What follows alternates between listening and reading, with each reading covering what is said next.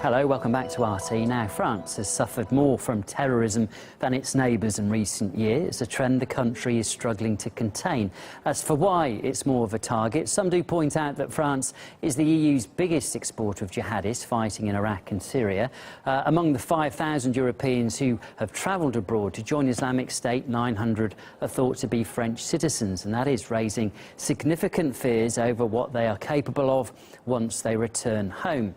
Well, France's security alert remains at the highest level at the moment, with an ever-expanding list of threats. Of the 20,000 people the government believes do pose a danger to national security, almost half are suspected jihadists. Well, one attempt to stave off potential terror attacks will see France open its first de-radicalisation centre later this month. Here it is. The facility is housed in a mansion which was donated to the state by a wealthy family to be used for charitable purposes. It was previously used as a shelter for orphan refugee children. The premises also includes a church too. Polly Boyko has this report. Do you live in France? Are you finding Islamic State propaganda increasingly irresistible? Perhaps you're fighting the urge to travel to Syria and join the jihad. You could be suffering from a case of Islamic extremism. Fear not, because you can now get treatment here at the French government's very first new and experimental de-radicalisation centre.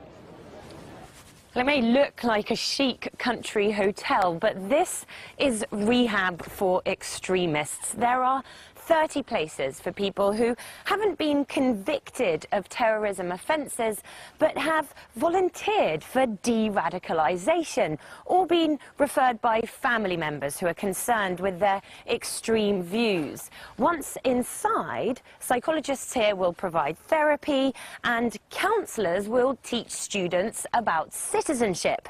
To help with that, guests here will have to wear uniforms, they'll have to raise the French flag every morning and sing the French national anthem. The neighbours live within earshot.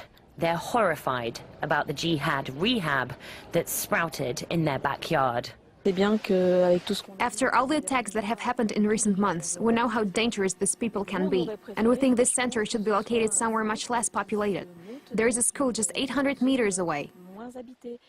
The centre is just behind the trees, and just behind Valerie's shoulder is where the school bus stops.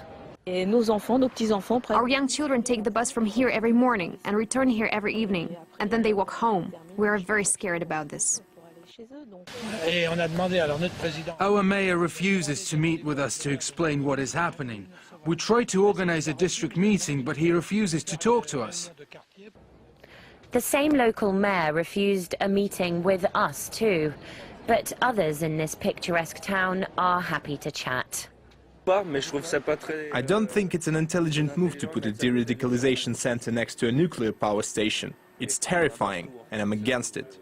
At least they're trying to fix the problem, but it's about a kilometre away from the nuclear plant.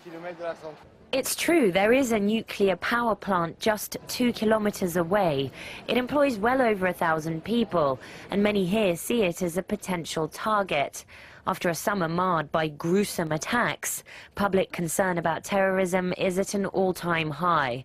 But extremism experts aren't convinced that anti-jihad boot camps are the answer. This is, for lack of a better term, a forced type of environment where individuals are, I would say the approach is more like reprogramming than trying to rehabilitate or to otherwise de-radicalize people. And I think that that is a very dangerous approach. Back by the castle, the neighbours are still enraged. My house is literally opposite the centre, and unfortunately there's no way now that I can sell it, that's for sure. The French government has set aside 40 million euros for its de-radicalisation plan. 12 more facilities just like this one are expected to open across the country. France is heading into an election race, and politicians are keen to demonstrate that Islamic extremism is being tackled. The big question is whether a complex problem like radicalisation can possibly have such a simple solution. Polly Boyko, RT, Loire Valley, France.